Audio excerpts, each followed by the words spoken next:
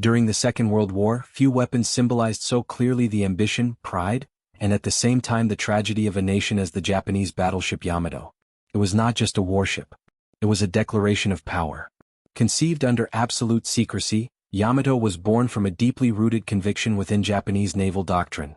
The belief that the next great war in the Pacific would be decided by a direct confrontation between battleship fleets, a final, decisive clash in which gun caliber and armor thickness would determine victory. This vision was shaped by decades of tradition and study. Since Japan's victory over Russia at Tsushima in 1905, the Imperial Japanese Navy firmly believed in the concept of the decisive battle, luring the enemy fleet westward across the Pacific, wearing it down through preliminary attacks, and finally destroying it in a climactic surface engagement. To win that battle, Japan needed something extraordinary. It needed a ship that surpassed anything already built, or even planned, anywhere in the world. That was how the Yamato project began to take shape in the late 1930s, at a time when Japan had already withdrawn from international naval treaties. Those agreements limited the size and armament of warships, but Japan believed they unfairly favored the United States and the United Kingdom. Freed from those restrictions, the Imperial Japanese Navy decided to go beyond every existing limit. The result was monumental. Fully loaded, Yamato displaced more than 70,000 tons, making it the largest battleship ever constructed. Its armor was so thick that in some areas it exceeded 40 centimeters of steel, designed to withstand direct hits from the heaviest enemy shells.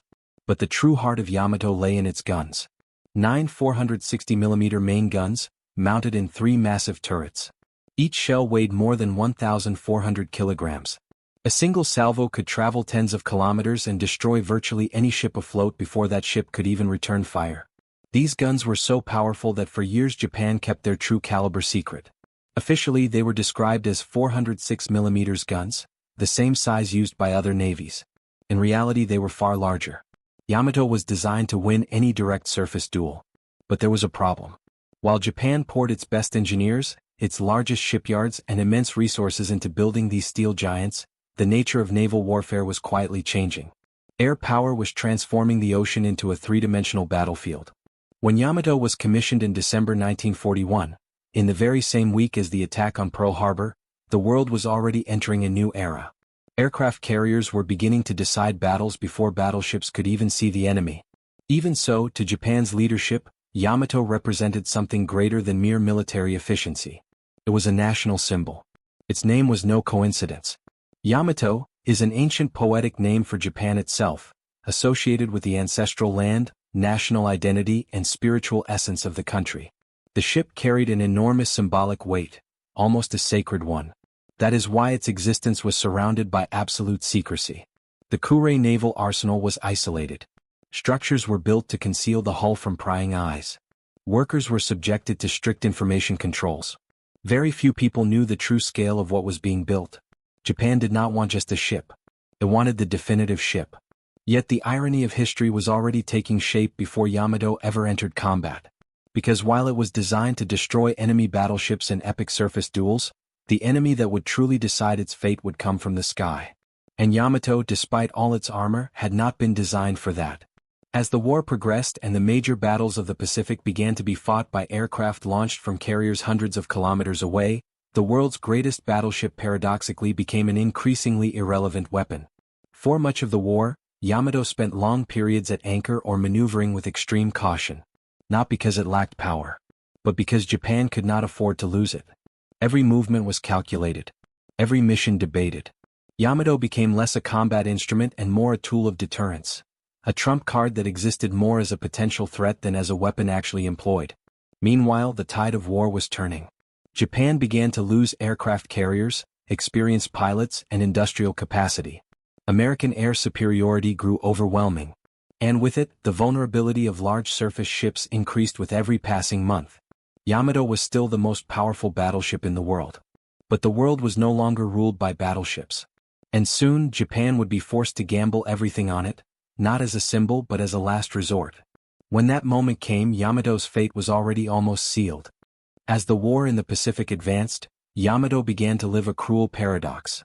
It had been built for a war that no longer existed. Yet it was too powerful to discard, too valuable to risk, and too symbolic to ignore. Thus, the greatest battleship in the world spent much of the conflict as a restrained giant.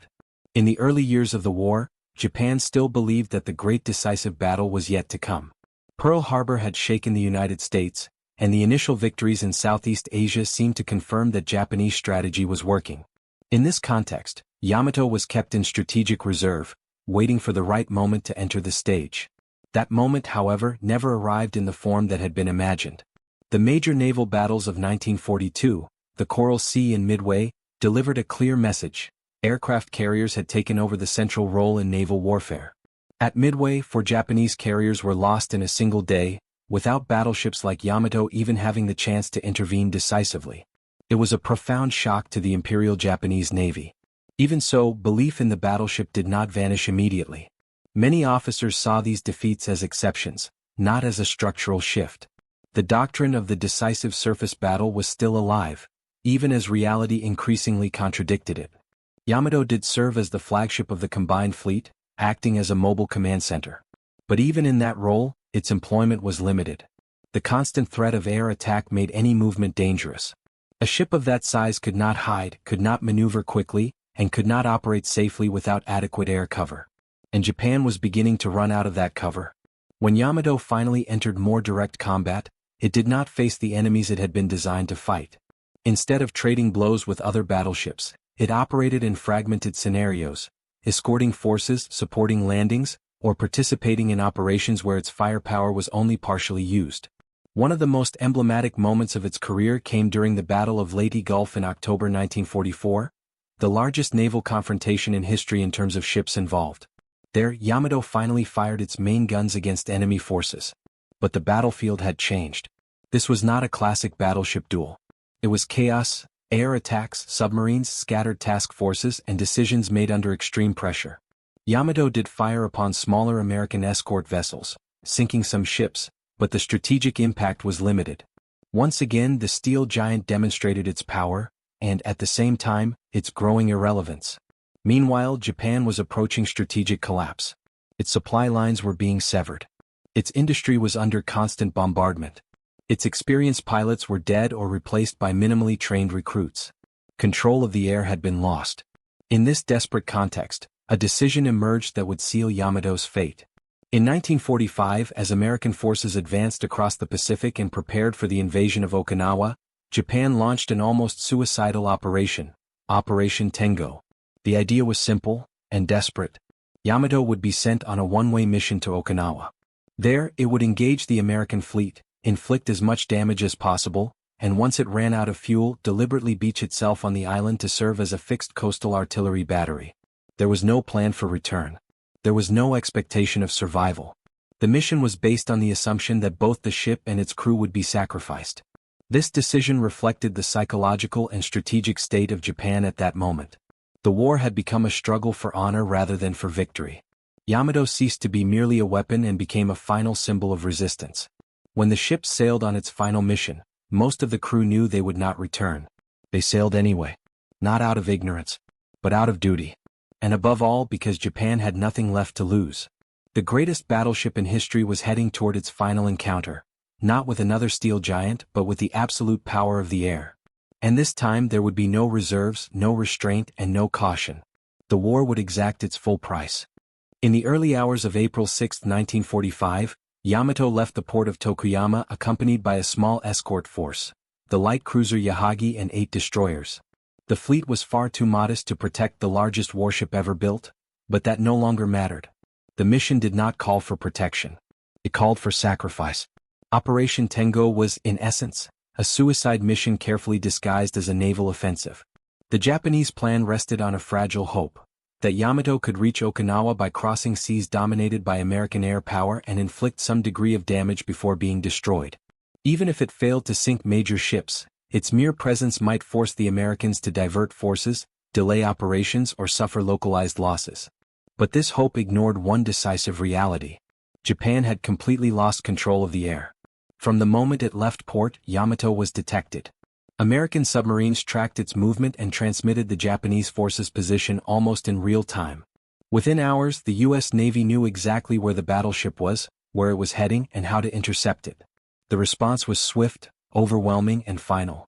On the morning of April 7, 1945, more than 300 aircraft from American aircraft carriers were launched against the Japanese force.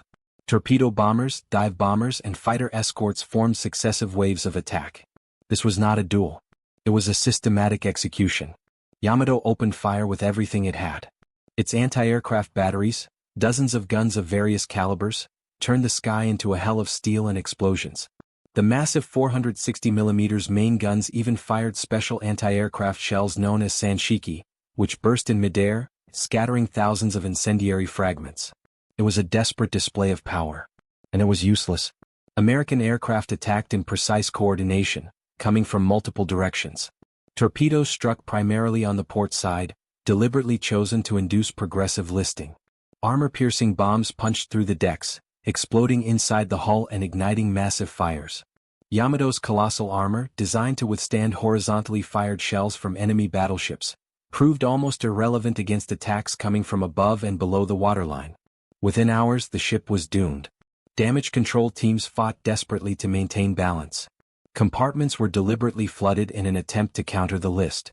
Crews battled fires amid toxic smoke, extreme heat, and continuous explosions. But reality was relentless. Yamato began to list more and more severely. Electrical power failed. Internal communications collapsed. One by one, the guns fell silent. The giant was dying. Shortly after 2 p.m., the situation became irreversible. The ship rolled violently to port. Then came what many historians consider one of the largest non-nuclear explosions in naval history, the detonation of the main ammunition magazines. The explosion tore Yamato apart. A massive fireball rose into the sky, visible for miles. The sea erupted. The greatest battleship in history vanished beneath the waves within minutes. Of the more than 3,300 men aboard, only about 270 survived. The cruiser Yahagi and most of the escorting destroyers were also sunk. Operation Tengo ended in total destruction. No American ships were sunk. No operations were delayed. No strategic effect was achieved. With Yamato, more than a ship was lost. An entire era went down with it. The ultimate symbol of battleship doctrine, the belief in supremacy through steel, caliber, and armor, was destroyed without ever facing the enemy it had been designed to fight. It did not fall in an epic duel against another giant. It fell under the relentless assault of air power, fast, coordinated, and dominant. Yamato's end delivered a clear message to the naval world. Naval warfare had changed forever. After it, no nation would again invest in battleships as the center of naval power. Aircraft carriers, submarines, and later guided missiles would take the lead. The ship that represented the pinnacle of traditional naval engineering became, paradoxically, a monument to its own obsolescence. And yet, Yamato is not remembered only as a strategic mistake. It is remembered as a symbol. A symbol of a nation that placed everything on a single idea. A symbol of a crew that sailed knowing they would not return. A symbol of the moment when naval history turned the page, irreversibly. The greatest warship ever built did not win the war. But it taught the world how war at sea would never again be fought. After the destruction of Yamato, Japan lost far more than a battleship. It lost the last illusion that the war at sea could still be reversed through grand symbolic gestures or heroic sacrifice. Operation Tengo marked the final punctuation of a doctrine that was already dead, but still refused to accept it. The psychological impact was profound. Within the Imperial Japanese Navy, Yamato's sinking was met with a mixture of shock, resignation, and silence. There was no real strategic surprise. Many officers had known from the beginning that the mission had little chance of success. Even so, the loss of the largest warship ever built confirmed something that had been difficult to admit openly until then. Japan had irreversibly lost control of the naval war. The battleship was not just a weapon. It was a national symbol. Yamato represented the belief that spirit, discipline, and willingness to sacrifice could compensate for industrial and technological inferiority. Its construction had consumed enormous resources in a country already suffering from chronic shortages. Its very existence was an assertion of pride and identity. And that is precisely what made it so tragic. Yamato did not fail because it was poorly designed. It failed because it was born for a war that no longer existed. When it was conceived in the late 1930s, the battleship was still seen as the supreme arbiter of naval power. Carrier aviation was considered complementary. Aircraft carriers were important but not decisive. The duel between great battle lines still occupied the center of strategic imagination. The Second World War shattered that vision. Pearl Harbor, Midway, the Philippine Sea, and Okinawa demonstrated again and again that whoever controlled the air controlled the sea. The ability to strike beyond the horizon, rapidly and in concentrated force, rendered obsolete the logic of direct confrontation between armored giants. Yamato never had the chance to fight the war it was designed for. It never faced an American counterpart in an artillery duel. It never exchanged 460mm salvos with another battleship. It never decided a naval battle through direct gunfire. Its fate was to be hunted by aircraft, precisely the kind of threat its designers had considered secondary. And this reveals a cruel irony of naval history. The more powerful Yamato was in theory, the more limited it became in practice. Its size made it slow. Its fuel consumption restricted operations. Its strategic importance turned it into a priority target. And its doctrine anchored it to a past that had already been surpassed. Meanwhile, on the other side of the Pacific, the United States was learning the opposite lesson.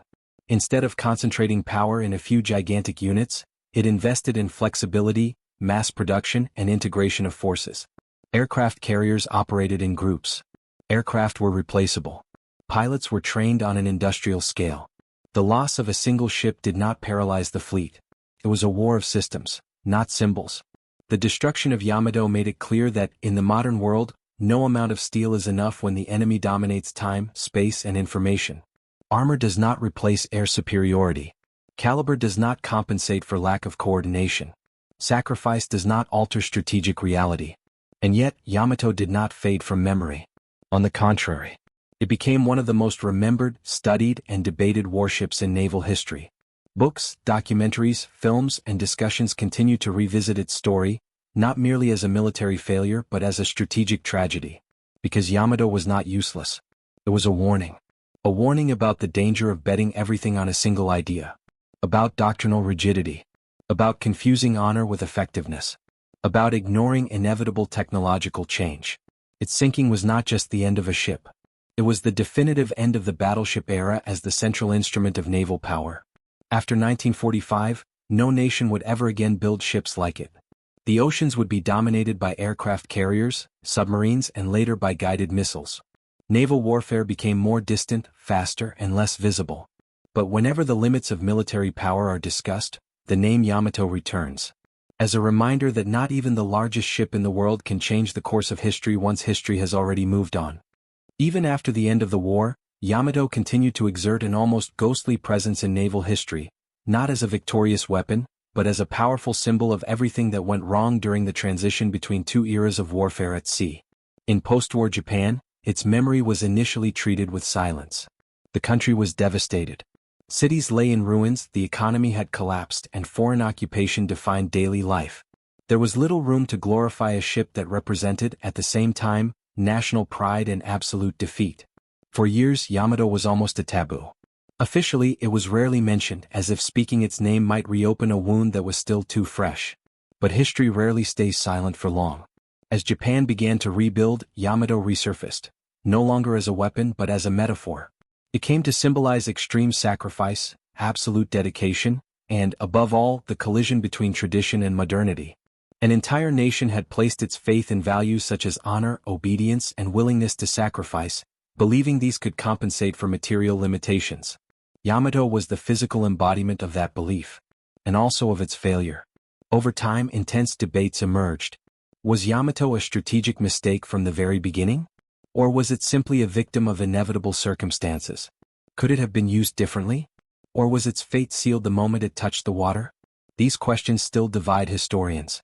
From a technical standpoint, Yamato was a masterpiece of naval engineering. Its 460mm guns remained the largest ever mounted on a warship. Its armor scheme was highly sophisticated, designed to withstand impacts no other battleship could survive.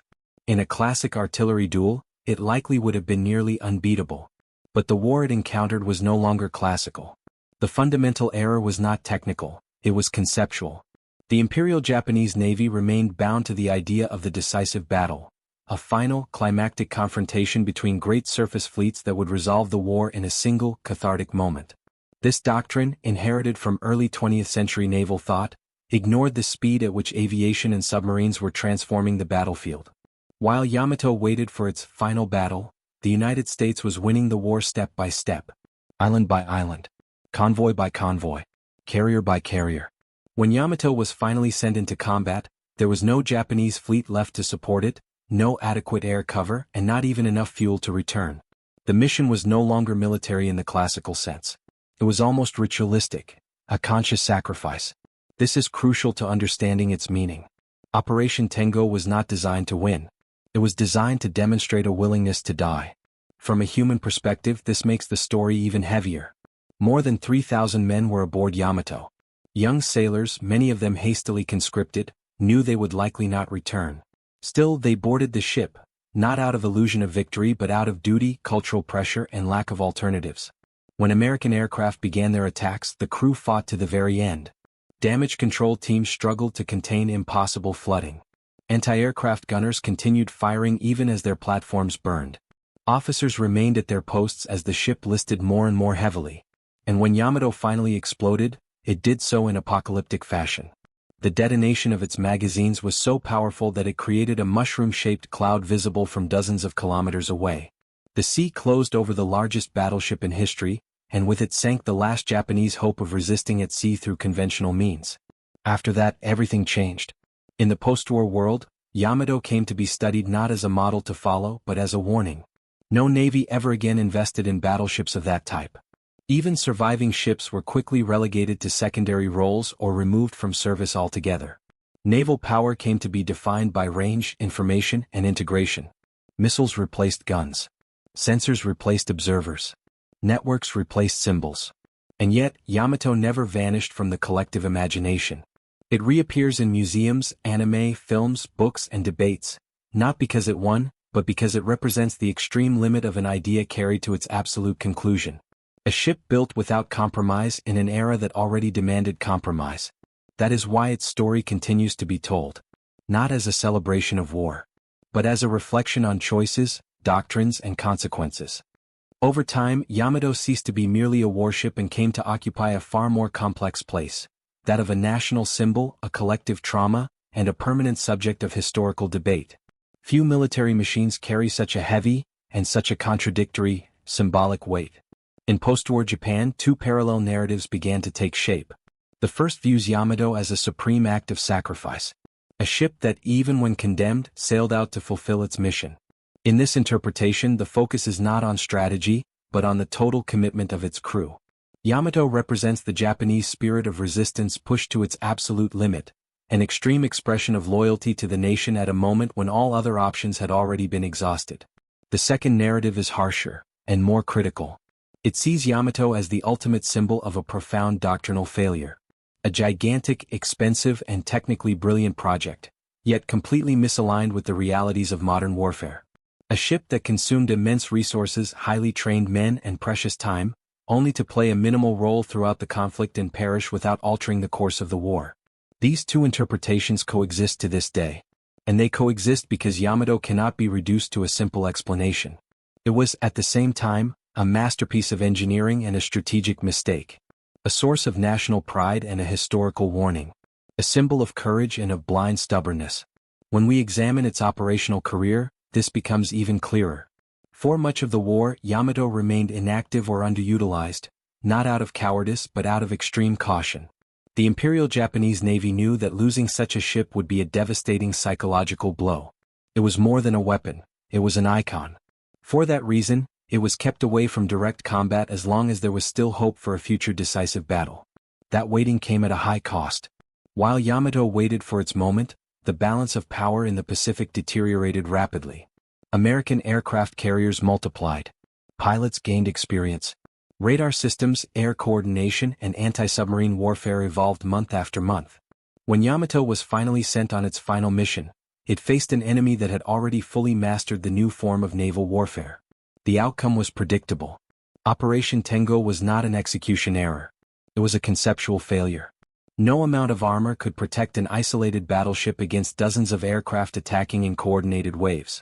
No gun caliber mattered against an enemy striking from beyond visual range, guided by superior intelligence and complete air dominance.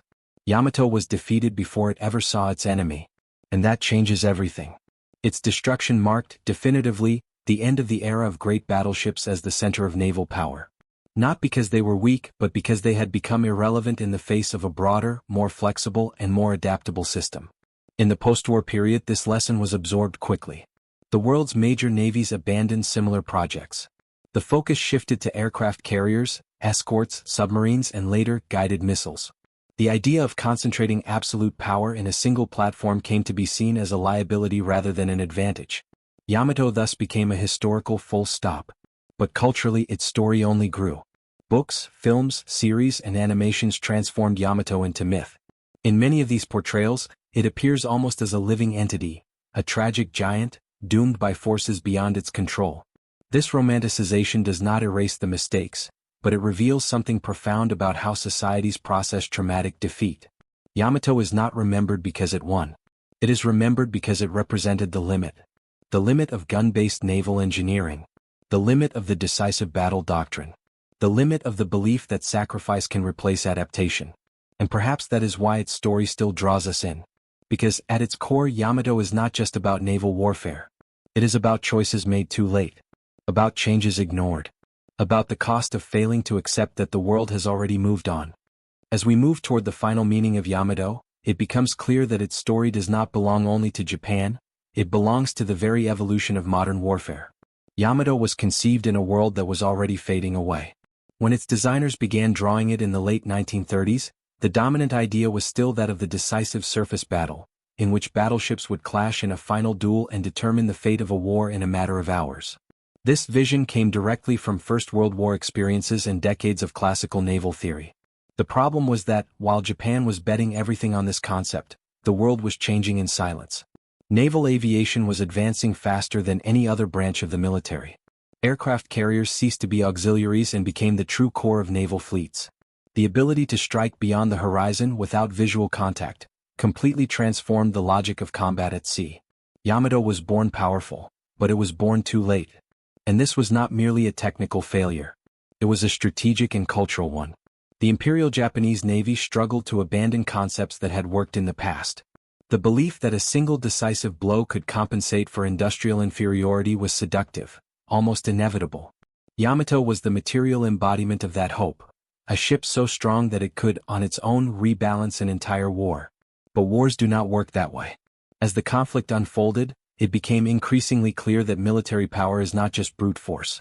It is sustainability, flexibility, logistics, and continuous learning. The United States did not win in the Pacific because it had bigger ships. It won because it could replace them, adapt them, and integrate them into an ever more efficient system. Yamato, by contrast, was irreplaceable. Each day it remained at anchor was an attempt to preserve it. Each day preserved made it more irrelevant. And when it was finally sent into combat, there was no longer room for strategic heroism, only for sacrifice. Operation Tengo was the implicit acknowledgement of this reality. There was no illusion of victory. There was no plan for return. There was only the acceptance that the ship would fulfill its final role as a symbol, not as a decisive weapon.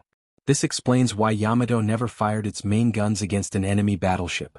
This explains why it died surrounded by aircraft, not ships. This explains why its story is remembered with reverence, but also with melancholy. It did not fail for lack of capability. It failed because the world for which it was created no longer existed. In the post-war period, Japan itself had to confront this legacy.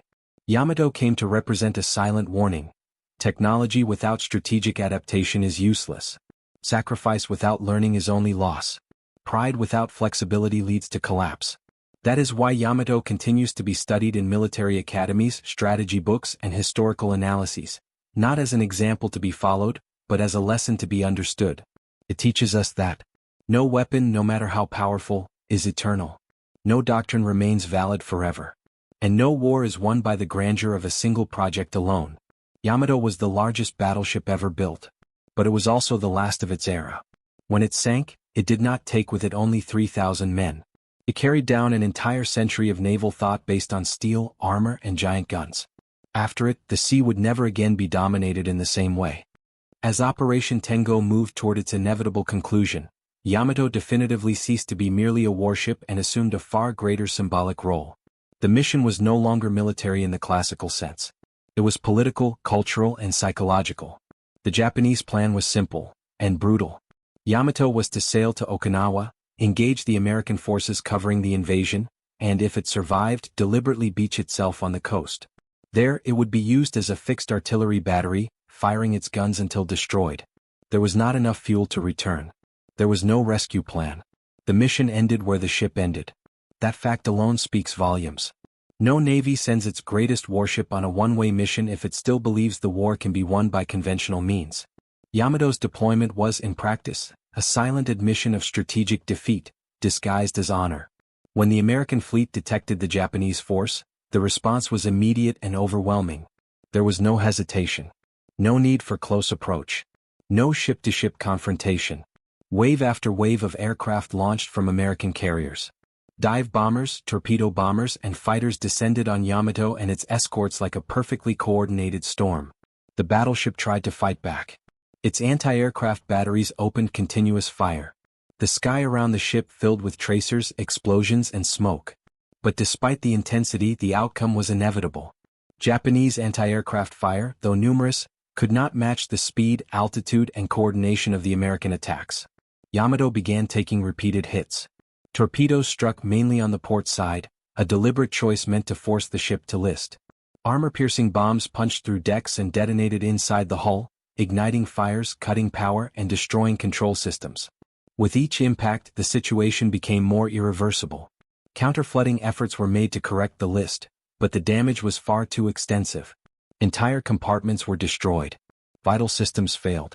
The ship, designed to endure artillery duels, was being dismantled by a form of warfare it had never been meant to face. At a certain point, the list became critical. Yamato lost speed, lost maneuverability, lost control. When it finally capsized, what followed was one of the largest non-nuclear explosions ever recorded at sea. The ammunition magazines detonated almost simultaneously, sending a towering column of smoke and fire into the sky, visible for miles. Within minutes, it was over. Of the more than 3,300 men aboard, only a few hundred survived. And with Yamato, more than a ship went down. The belief that extreme armor could withstand air power sank with it. The idea that size equaled superiority sank with it. An entire century of naval doctrine based on direct battleship confrontation sank with it. The psychological impact was profound, on both sides. For the United States, it was definitive confirmation that the aircraft carrier was the true center of modern naval power. No battleship, no matter how large, could operate without control of the air. For Japan, it marked the symbolic end of its blue water navy. After Yamato's loss, there were no longer any real means to challenge American dominance in the Pacific. The ship that had been built to decide the war never had the chance to decide anything. And that may be the most tragic aspect of its story. After the sinking of Yamato, the silence that followed in the Pacific carried a historical weight that is difficult to overstate. It was not merely the loss of a ship. It was the definitive collapse of an idea that had dominated naval thinking for nearly half a century. For decades, the battleship had been seen as the ultimate expression of national power. Entire navies were organized around these colossal platforms. International treaties limited their numbers. Enormous budgets were consumed by their construction. Whole strategies were built on the assumption that, in the end, war at sea would be decided by a direct confrontation between giants of steel. Yamato represented the pinnacle of that logic. And precisely because of this, its end had an impact that extended far beyond the military sphere. In Japan, news of the sinking was initially handled with caution. The regime tightly controlled information, and civilian morale had already been weakened by years of war, bombing, and scarcity. Even so, within the Imperial Japanese Navy, the shock was profound. Many officers immediately understood what it meant. There was no longer any path to reverse the situation at sea. The Japanese surface fleet, already worn down since Midway, effectively ceased to exist as a meaningful offensive force. The few remaining ships lacked fuel, air cover, and logistical support to operate. For Japan, the naval war was over, well before the formal surrender. The irony is that Yamato had barely fulfilled the role for which it was designed. It did not fight major artillery duels. It did not face enemy battleships in direct combat. It did not decide battles with its massive guns. When it finally entered full combat, it was destroyed by aircraft, the very threat its designers knew existed, but had strategically underestimated. This exposed a fundamental contradiction. Yamato was technically extraordinary, but strategically obsolete. It had been designed for a war that never happened, a war of battle lines, gradual approaches, exchanges of broadsides and survival based on armor. The real war had become mobile, aerial, driven by information, range, and coordination. While Yamato needed to close in to fight, American aircraft carriers could destroy targets hundreds of kilometers away, without ever exposing themselves directly. And that changed everything. After the war, this lesson was absorbed almost universally. No major navy ever built battleships again. Some existing ships were retained for a time, modernized, and adapted to secondary roles, such as shore bombardment, but the concept itself was dead. The battleship was not defeated by another battleship. It was surpassed by a system. Naval aviation, radar, networked coordination, and long-range power projection rendered the extreme concentration of armor and guns in a single hull irrelevant. In this sense, Yamato became a powerful symbol. Not only of Japanese power, but of the limits of technology when it fails to keep pace with the changing nature of war. Today, Yamato occupies an almost mythical place in collective memory. For many, it represents courage, sacrifice, and honor. For others, it stands as a warning about the cost of strategic rigidity and the inability to adapt. Both interpretations are true. The ship was crewed by men who followed orders under extreme conditions, fully aware that they would likely never return. That cannot be ignored. At the same time, its existence and its end illustrate how decisions made decades earlier can trap a nation on a path with no exit. Yamato did not fail because it was poorly built. It failed because the world around it changed faster than its creators were willing to accept. And that may be the greatest lesson of its history. Wars are not won only by those who build the most powerful weapon. They are won by those who recognize first which weapon has become irrelevant. Over the years, the story of Yamato came to be reinterpreted not merely as a military episode, but as a mirror of Japan's own trajectory in the first half of the 20th century. The ship did not emerge by chance. It was the direct product of a very specific strategic, cultural, and political mindset, and understanding this is essential to grasp why it existed, how it was employed, and why it ended the way it did. Since the end of the First World War, Japan had lived with a profound dilemma. Its survival as a great power depended on control of the sea, yet its industrial resources were limited when compared to those of the United States. The Japanese response was not to match quantity with quantity, but to bet everything on extreme quality. If it was not possible to build more ships, then each ship would have to be capable of facing several enemies at once. Yamato was born precisely from this logic. It was designed to defeat any American battleship in direct combat. Its 460mm guns had no equal anywhere in the world. Its armor was engineered to withstand impacts that would destroy any other ship. Every detail of its design was based on the assumption that, sooner or later, a great decisive battle would take place in the Pacific. A final fleet confrontation in which Japan would stake everything on a small number of extraordinary ships. This concept had deep roots in Japanese naval doctrine, inspired in part by the victory over Russia at Tsushima in 1905. The idea of a decisive battle, in which the enemy would be gradually weakened and then destroyed in a final confrontation, dominated Japanese strategic thinking for decades. The problem was that the world changed, and it changed faster than doctrine could adapt. While Yamato was being built under absolute secrecy, the United States was investing massively in aircraft carriers, naval aviation, radar, and logistics. The war that emerged in the Pacific was not a war of slow approach and exchange of broadsides, but a war of range, mobility, and information. Midway made this clear. Guadalcanal reinforced the lesson. And yet, Yamato continued to exist as a symbol of a war Japan still believed it might fight. For much of the conflict, the ship was kept away from the front lines. There was fear of losing it. There was a shortage of fuel. Above all, there was the hope that it would still be needed at the decisive moment. But that moment never came. When Yamato was finally sent toward Okinawa, it was not as the centerpiece of a coherent strategy, but as a desperate gesture. Operation Tengo was not intended to win. It was intended to honor an idea, even if that meant paying the ultimate price. And this is what makes Yamato's end so deeply symbolic. It did not sink while trying to dominate the sea. It sank while trying to fulfill a role that no longer existed. From a human perspective, the tragedy is immense. Thousands of men embarked knowing they would likely never return. Many believed they were fulfilling their supreme duty. Others were simply obeying orders. The sea made no distinction between them. From a historical perspective, however, the sinking of Yamato marks something even greater, the definitive end of the era in which naval power was measured by the size of guns and the thickness of steel. After Yamato, the future was clear. The sea would be dominated by those who controlled the sky, by those who saw first, by those who could strike without exposing themselves. The battleship, no matter how impressive, had become a weapon of the past. Today Yamato lives on in another form. In museums, books, films, and in Japan's collective memory, it is remembered not only as a war machine, but as a symbol of sacrifice, ambition, and limits. A reminder that even humanity's greatest creations are not immune to changes in the world around them. And perhaps that is why its story continues to be told. Because Yamato is not just about a ship. It is about the moment when war changed, and carried away everything that failed to change with it. With the destruction of Yamato, it was not only a ship that vanished beneath the waters of the Pacific. An entire vision of naval warfare sank with it, a vision that had dominated strategic thinking for more than half a century.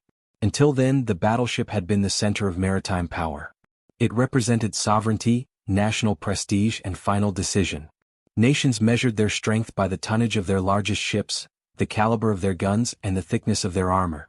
Yamato was the ultimate culmination of that logic. There was nothing larger, heavier, or more heavily armed.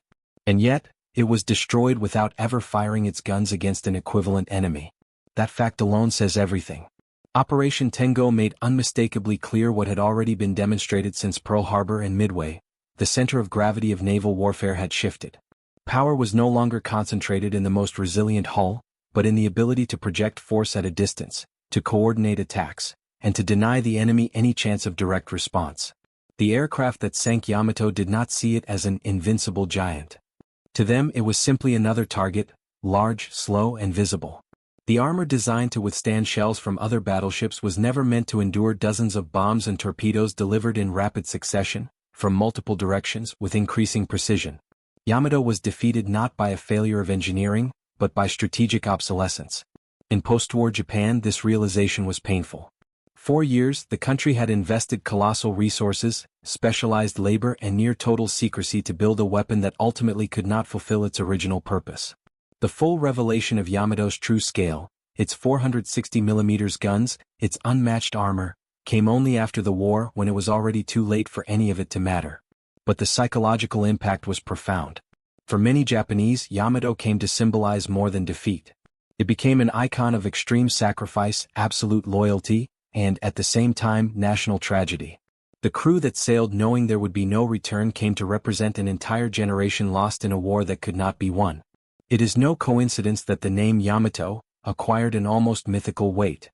It appears in songs, films, anime, books, and memorials, not as a celebration of war, but as a reminder of the human cost of inflexible strategic decisions. The battleship became a metaphor, something grand and powerful, yet unable to adapt to a rapidly changing world. Meanwhile, on the global stage, the lesson was learned decisively. After the Second World War, no major power ever again built battleships as the core of its fleet. Some existing ships were retained for a time, modernized or used for shore bombardment, but the concept itself was dead. Aircraft carriers, submarines, and later guided missiles came to define naval balance. The sea would no longer be ruled by whoever had the largest gun, but by whoever controlled information, reach, and time. Yamato marked that turning point with brutal clarity. It was born as the apex of an era, and it died as the symbol of its end. Today, with historical distance, it is clear that Yamato was not a simple mistake. It was the logical product of a world that was already fading away. Its designers did exactly what they believed was necessary. The problem was that war did not wait. It changed. And it took Yamato with it.